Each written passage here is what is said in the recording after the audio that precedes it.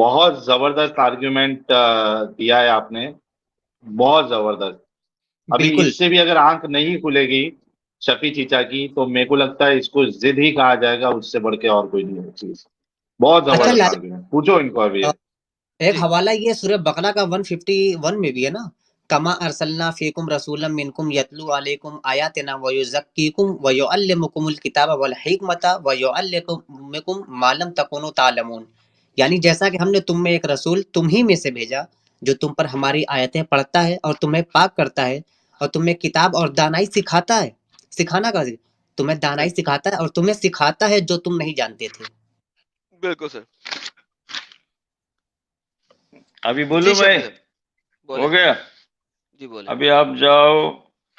نہیں یہ جو جاؤ آپ نہیں، نے پہلے بولے اس کو نہ، بتاؤ. سورہ جمعہ میں دیکھو، ایک وہ ان کے پاس جو آیتیں آتے تھے وہ بائی ہارٹ ہو جاتی تھی، وہ ان بھائی کو تلاوت ہیلو کر رہا ہے. ہیلو ایک منٹ آدم ہیلو بھائی، ہیلو ایک شفیع منٹ.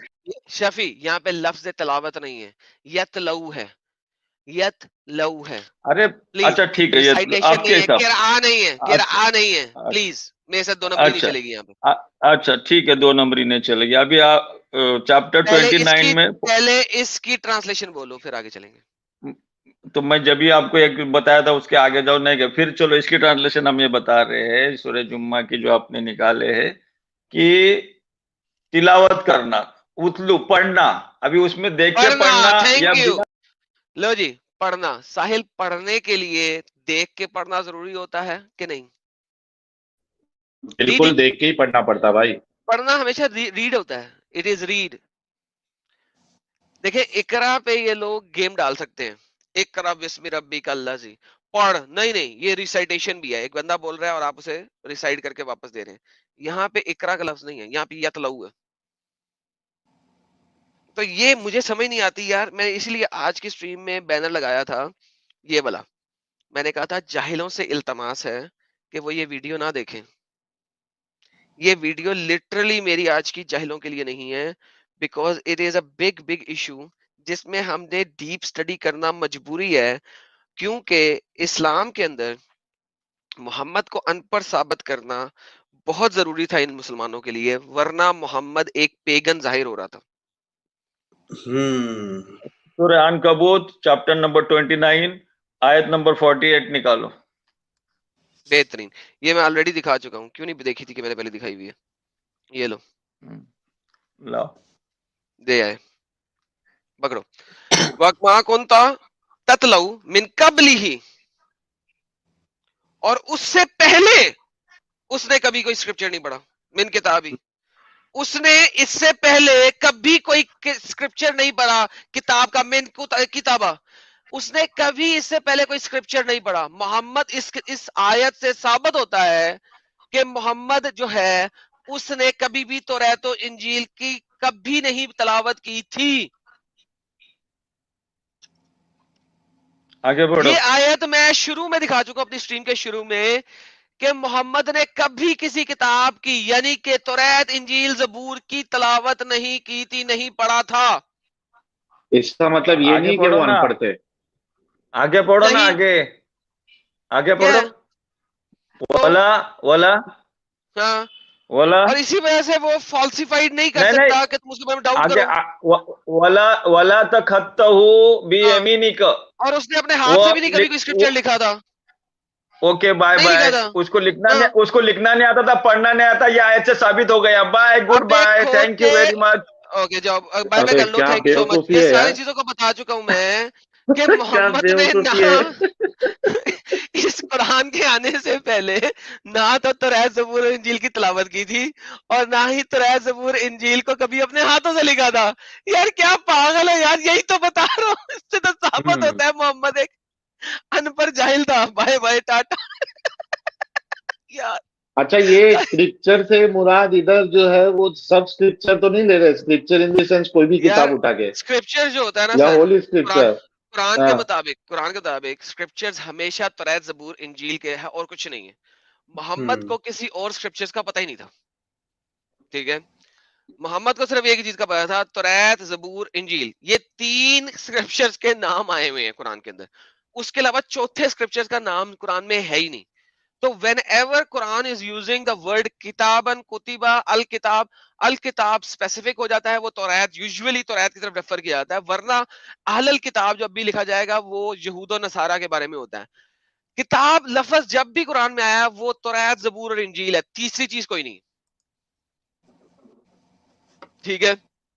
اب یہ جو ہے ہاں اس آیت میں آپ پاسٹ ٹینس کو چھوڑ دیں، خود لکھا ہوا ہے من قبلی ہی، اس سے پہلے، یعنی کہ قرآن سے پہلے، قرآن سے پہلے نہ تو نبی نے قرآن کوئی اور سکرپچر پڑھا تھا، نہ ہی کوئی اور سکرپچر لکھا تھا۔ تو اس کا مطلب کیا ہے؟ Muhammad was a pagan, that's exactly what I am saying. یہاں پہ یہ نہیں لکھا کہ اس یار ساحل، اس لیے میں کہتا ہوں یہ میری آج کی سٹریم جاہلوں کے لیے نہیں ہے، میں یہ سینٹنس بول بول کے تھک گیا ہوں۔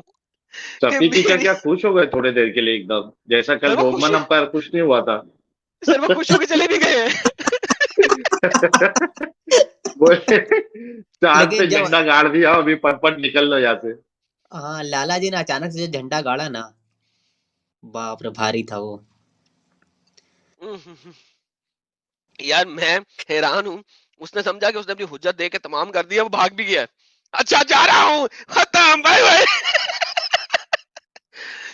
اوئے ہوئے ہوئے، او مین ساحل میں کیا کروں یار، ان جاہلوں کو میں کس طریقے سے بتاؤں کہ ان کا قرآن کیا کہہ رہا ہے۔ میں اور اس کے لیے مجھے یہ بھی مسئلہ نہیں کہ میں اس میں رہوں، اس کی تفسیریں پڑھ سکتے ہیں، قرطبی پڑھ سکتے ہیں، تبری پڑھ سکتے ہیں، سب بولیں گے یہاں پہ بات توریت، زبور اور انجیل کی ہو رہی ہے، سب بولیں گے۔ لائک میرا بولنا خالی نہیں ہے، کوئی تفسیر اس کی اٹھا لو وہ بھی یہی بولے گا۔ اور پھر حجت کیا ہوگی؟ دیکھا قرآن میں بتا رہا ہے، جو قرآن میں قرآنیاں ہیں نا وہ obviously اللہ کی طرف سے ہے، کیونکہ نہ تو اس نے توریت، زبور، انجیل پڑھی تھی، نہ اس نے اپنے ہاتھ سے لکھی تھی، لہٰذا جب وہ توریت، زبور کی کہانیاں بتا رہا ہے تو وہ سچی ہیں کیونکہ اللہ اس کو بتا رہا ہے۔ اس کے پیچھے تفسیر یہ ہے،